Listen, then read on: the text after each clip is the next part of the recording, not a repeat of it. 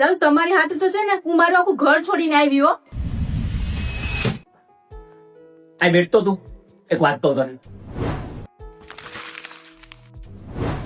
હું કહે છે તું કે લગ્ન પછી તારે તારું ઘર છોડવું પડ્યું એમ. આ બધું છોકરીઓને જ કેમ લાગે છે કે લગ્ન પછી ખાલી છોકરીઓને જ બધું સહન કરવું પડે છે? છોકરાઓનું શું શું સહન કરવું પડે છે એ ક્યારે કોઈ દિવસ તમે જાણ્યું છે? તમારે શું સહન કરવું પડે? મોટું બલિદાન તો અમારું કે અમને અમારું ઘર છોડીને આવવું પડે.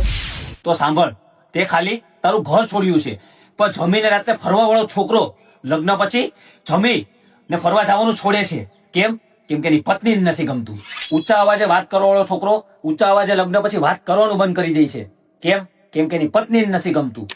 5, 7 કે 10 વર્ષથી જે વ્યસનમાં બંધાયેલું હોય એ વ્યસન છોડી દે છે. કેમ? કેમ કે લગ્ન પછી એની પત્ની નથી ગમતું. બધા મિત્રો અને ગ્રુપ સાથે બહાર ફરવા જવાનું પણ બંધ કરી દે છે. કેમ? કેમ કે લગ્ન પછી એની પત્ની નથી ગમતું. અને જે ગામડામાં એ નાનેથી મોટો થયો હોય ને એ ગામડાને પણ મૂકી અને સિટીમાં આવી જાય છે. કેમ? કેમ કે એની પત્નીને ગામડે રહેવું નથી ગમતું.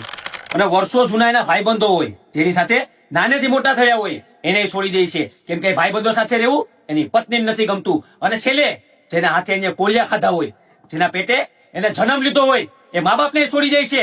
કેમ કે ફેમિલી સાથે રહેવું એની પત્નીને નથી ગમતું. હવે તને સમજાણું.